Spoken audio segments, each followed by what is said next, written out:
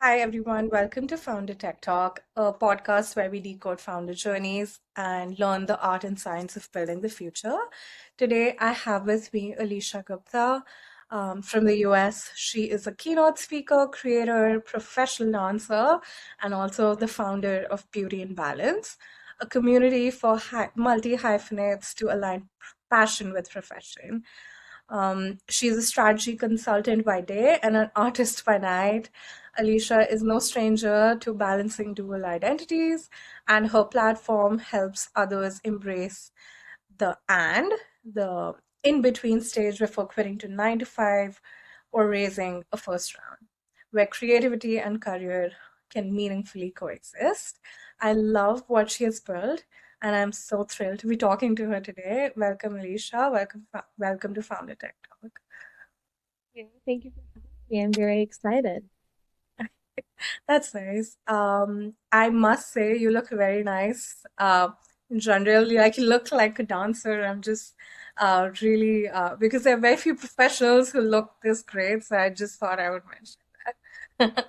Thank you. Yeah, so starting with my first question, I wanted to ask, yeah, that if you have so many titles, strategy consultant, dancer, speaker, founder, Mhm. what is your favorite role and what do you like to describe yourself as?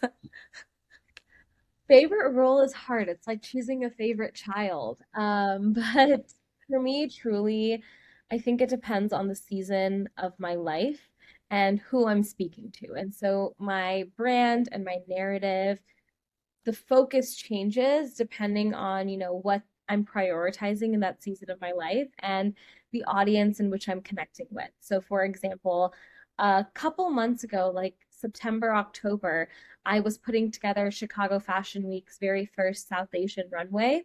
And not only was I creatively directing the entire showcase, organizing logistics, but I was also choreographing for the Bali Heels portion, which was Act One paired with designers. And so we were doing a lot of dance practices. I was very much in my creative element. And so naturally, when I was talking to people, I was like, oh, I'm a choreographer, a dancer, and a founder, and like creative director. And those things tend to come out a little bit more.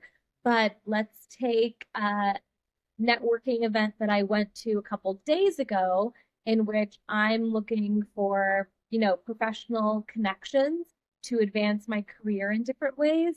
Then I'm a strategy consultant and then a founder. And, the cherry on top is that I do professional dance and hopefully can connect with someone on that level. And so it really depends on like the audience and the time in my life. But otherwise, I would say my big three buckets are being a founder, being a dancer, and being a strategy consultant. Okay, so I would want to talk about the company that you've built, Beauty and Balance. Yeah, I'm sure you realized the gap, and that's what led to you building it. Would you like to talk about what gap you found? yeah, definitely. So it was essentially when I first graduated, and I had 9 months between starting my full-time job as a strategy consultant and, you know, finishing school. And I really wanted to understand what it would feel like to put my passion first. This was truly the first time I had where I wasn't going to have classes, I didn't have a full time job.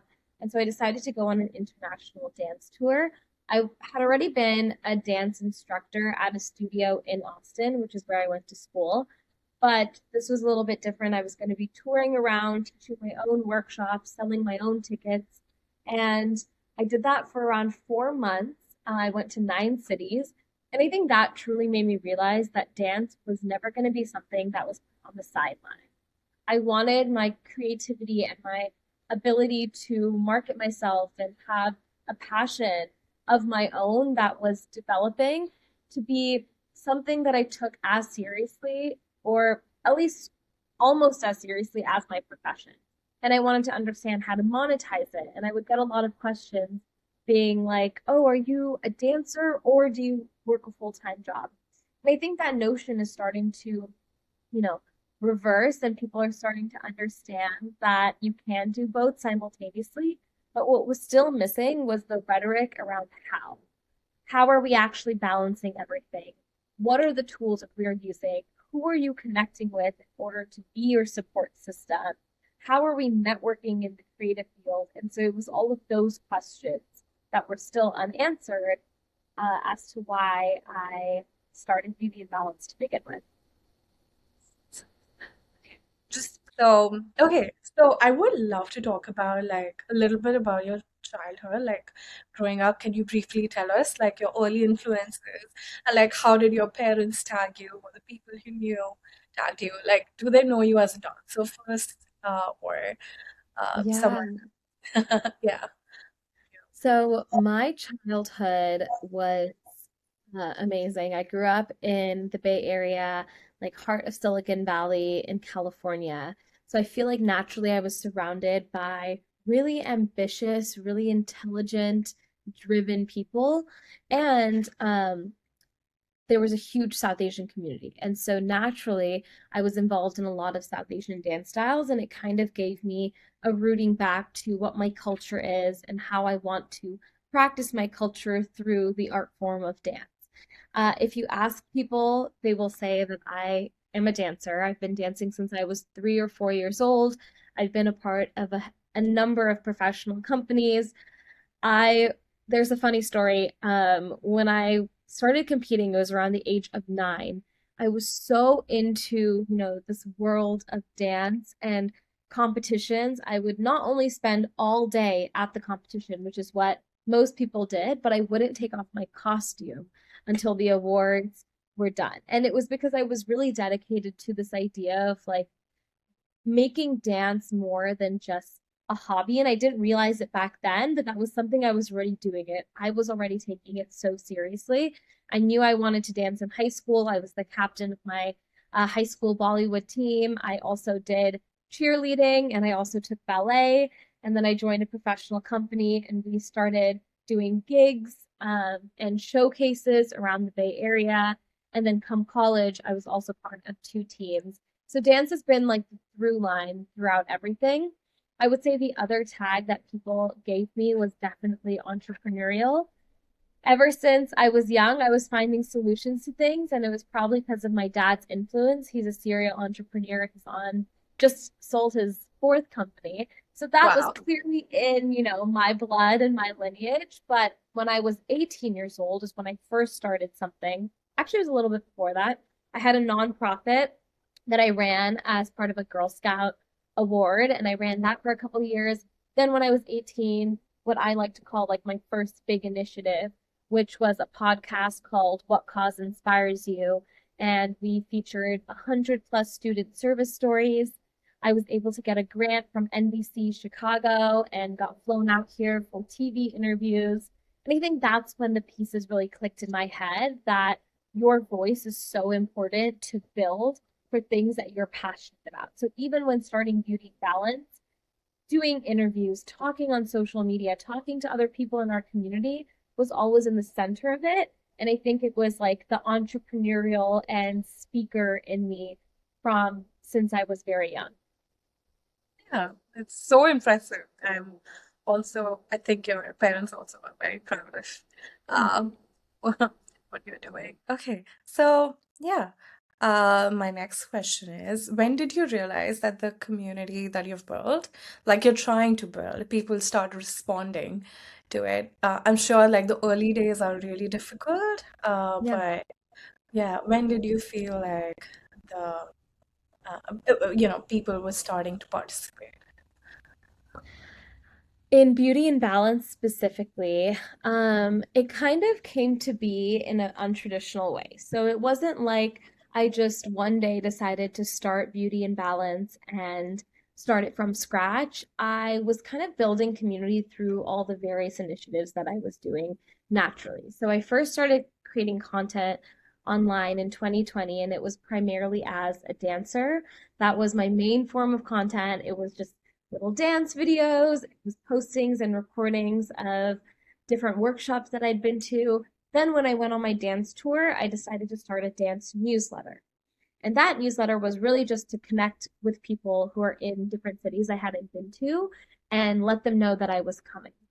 That newsletter is what my first base for Beauty and Balance was. I mean, I quite literally took the contacts for that and was like, hi guys, I'm launching Beauty and Balance, and now you all are a part of it. And just kind of hope that they would, like, keep up with the community, because as dancers, I kind of pitched to them and I was like, you're probably in the same boat, right? You're probably have a full-time job, but you still made time to come to this workshop because clearly you have that creative itch. So that was how I first got people involved. It was a very dance heavy community. I think after that, what had people stick was our in person events and the unique aspect that we took for these events. So it was more than just, a community building event. I tried to make all of our events like influencer events. I had been to a lot of content creation and influencer events, and I noticed that people who go to these events come out of it feeling so empowered, and they felt like so important because of how much focus was placed on them. So I wanted to emulate that same feeling for our community. So I would get sponsorships, I would give goodie bags. I made them very intentional, curated, and personalized events. And I think that's what kept the community together and really made them interested in staying a part of Beauty and Balance. So we did a couple community events, and then we started hosting bigger and bigger events nationwide, all the way pretty much leading up to Chicago Fashion Week's runway. That's really impressive. So, like, do you do people? Okay, so is it just girls only, women only, or uh, No, so the community is right now for everyone. The only requirement that we have is that you are creatively either inclined or what we call um, creatively curious. And so there are some people in our community that come and are like, I know I'm creative. I know I have a creative itch, but I don't know what I want to do. And so we call it like shopping almost. Like you come to our community and you can see what other creatives are doing, and you can kind of shop and see which you resonate with the most. But truly, this community is for anyone who is looking to monetize their passion, looking to pursue their passion alongside a full time job, or potentially even make their passion their full time job, and understanding how and why. So we have people of all ages. Mostly, I would say it's between ages 16, 17 through around 35. It's kind of our target audience, which is pretty wide. But we have, yeah, all races, all genders. It's very all encompassing. hmm. Okay, so my next question, which is a very obvious extension to the questions that I've asked, is okay, do people have any misconception about multi-hyphenates, like people who pursue like their professions and passions? Do like people do are they misunderstood? Like, are they trying to switch careers, or like they're just trying to have fun in their lives, keeping their passions alive? Um, so we like to break it up into a couple different categories, right? There are the people that want a creative edge and want a creative drive because it's going to make them holistically a better person, a more grounded person, someone rooted in wellness. That's like tier one. You know you need some creativity in your life. So what can you do? How can you prioritize that creativity and that passion, whether it's cooking, it's writing, whatever that looks like for you. Then I would say we have tier two. Tier two is the people who want to do something professionally because, they're good at it, they're learning from it. I kind of see myself in between tier two and tier three. A lot of these people could be doctors, they're, financial analysts. They worked really hard to get to the position, but they have always been creative. They know what their creative drive is. They are maybe a musician, they're a singer. They want to understand, how can I pursue both lines in parallel? Then we have path three, which is where lines start to get a little bit blurred. Maybe they are a choreographer and a dancer. So maybe they're super creative and they're trying to figure out, how do I monetize my general creativity and balance the different creative roles that I have. So I wouldn't say there's necessarily a misconception. The one pushback we do get is balance isn't possible, and we can talk about that because what we like to say is that you're not balancing everything all at once. You're understanding what to prioritize in your life to make balance realistic for you, and that means adjusting the levels of certain activities at certain times. So that's the biggest misconception we get. But truly, if you fall into any one of those tiers or maybe a merge of a couple of them, then this community is going to help you with the tools and resources that we have. It's nice. Okay. So kind of like Hannah Montana. I think I came up with that when I was prepping all of the questions. She lives a dual life. But yeah, this is more of similar, but yeah, okay. When you are obviously pursuing so many things professionally and personally, what activities keep you grounded? Like, do you have any rituals or for yourself personally? Yeah, so we came up with essentially a workshop of sorts that we actually got to present at Harvard, which was a fantastic opportunity. But part of this workshop, it's like 4 steps. The last step is really how you root and ground in wellness. And so we did come up with a couple things. We call them like micro moments. So I think people's biggest misconception is that rest and reset has to be like this long thing, right? You have to take like 2 weeks off or like even a full 24 hours off. And I do think those are necessary at times. So don't get me wrong, that is like amazing for a full body reset. But there are things you can do on the daily that we like to call micro moments that will help you prioritize your mental wellness and energy. Some things for me is I go on a morning walk every single day, even when it's like right now it's 0 degrees in Chicago, it's like super cold, but I will try to at least get out for even if it's 5 minutes.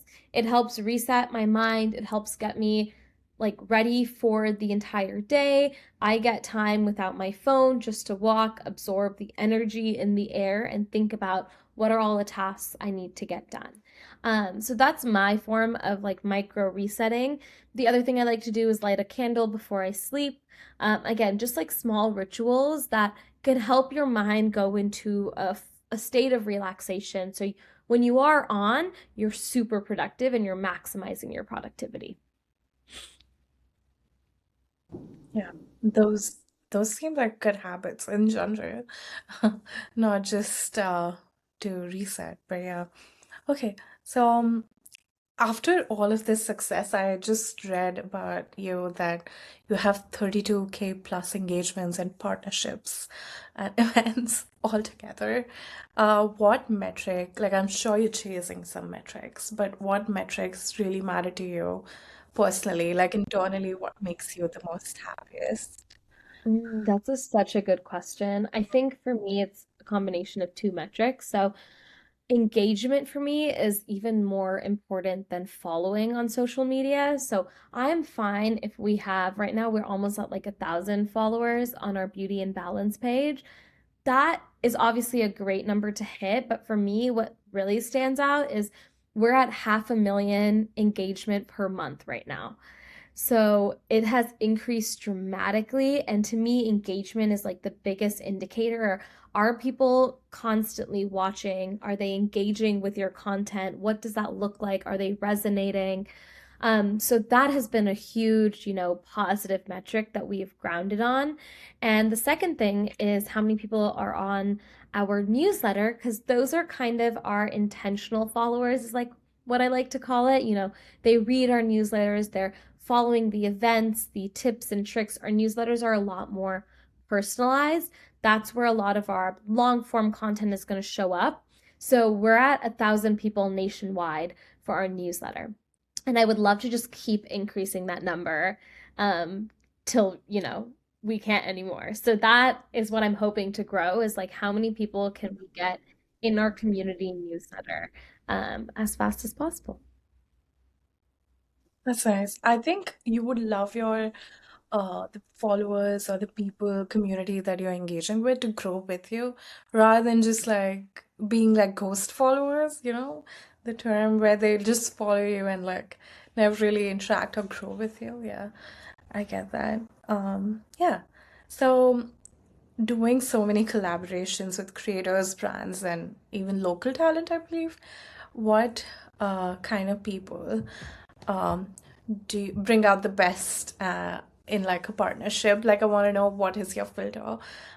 It's really helpful for creative brands like me who are just starting out to know what kind of people you love working with, and yeah, what do you not, what do Yeah. you avoid? Yeah, totally. We put together like a collaboration rubric, if you will. So when we were starting up, we were pretty open. If you aligned with our values, if you looked online and seemed like you had good content, that was pretty much the only like metric of filtering. But it came to a point where we get a lot of collaboration requests. And that's wonderful to see because there's so many communities that are creatively focused, or we work with a lot of artists, we work with a lot of small businesses, very local. We love highlighting that type of talent and taking them to the next level. But it has come with like an influx of requests. And so now what we've done is we've put together kind of a rubric of sorts just to guide us in understanding what collaboration is best. And there's a lot that is encompassed in that, but I'll point out a couple. So the first thing that I look for is, can I talk to the founder and does it seem like we are on the same path of growth and we're targeting similar communities or communities that can benefit one another? And so it's really important for me to get on a call with the founder or the founding team and just, I love to work with my friends. I don't know anyone that doesn't. And so for me, it's really important that that relationship is, yes, professional, but it turns more into a friendship and it's a long-term friendship. So it's not just a one-off thing, but I want to understand what are the synergies now and how can we grow together down the line. And if I can see that lineage and that clear pathway, then it's really advantageous for us. I think the other people that we really love prioritizing are, if we have, the creative side covered, what are the partnerships we can do on the professional side to be able to really show that this balance is a thing. And so for San Francisco, for example, we knew that Silicon Valley is like the hub of tech and finance. And so what we did is we know we have the creative side in our community. Those were our first followers. What we're trying to really show is that you can do both and that our creatives are professional as well. So we brought in an AI speaker, we brought in someone who does angel investing in VC, who were also creatives, but they brand themselves first as people in AI and VC. And that was really helpful collaboration because it showcased those two sides of what our mission is. So those are like two of the things that we kind of look for when discussing partnerships, but sometimes it truly just is like, do we have a great idea and do we vibe? And sometimes you just have to pull the plug and be like, I don't know where this idea is going to go, but I see the vision and so we're just going to go for it. Yeah.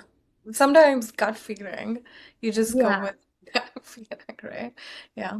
Yeah, and that was quite useful, especially for me. Not sure how much for the listeners, but like anyone who's trying to be a creator, I think that was really very useful. Okay, so which brings me to my last question, which is in the next year, how do you plan to evolve Beauty and Balance? Like, what's your dream goal? Yeah. So we've been playing around with the idea of what do we want our events to be. Right now, our events are our main attraction. So it is, what we've been growing our community for. I like to say year one was the year of engagement. And so we've done that very successfully, but I need to now figure out, what do events look like? Are they our main offering? Do we have other offerings? And the events are like the cherry on top just to celebrate the community. That's kind of what we're leaning towards. So we do have a couple of services and products coming out in 2026. The one that I can speak to that is already launched is our curriculum that I took to Harvard. I'm hoping to take that same curriculum to dance conventions, music conventions, other universities. We already have 7 places slotted in 2026 that I'm speaking at and that we get to present this curriculum to. So that has been humongous. But I really want to figure out what are our main core offerings? How can we present these offerings to our community in a way that's helpful, accessible, but still keeps beauty and balance growing in the right direction? And then what are the key events to celebrate the community? Now we're kind of going more into build versus engagement phase.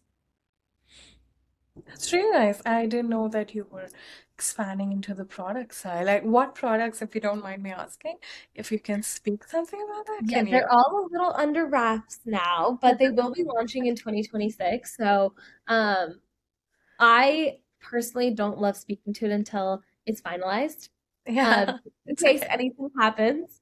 But the curriculum is definitely one of them, and it's going to be a combination of products, services. But if you go to our Instagram or our newsletter, that's where all the early insight is. Okay, that's really nice. Okay, cool. I think that were all of my questions. I got a very good insight, and I think people can find you on Instagram. That's your main presence, right? That's where your main presence. Yeah, Instagram, TikTok, LinkedIn, YouTube.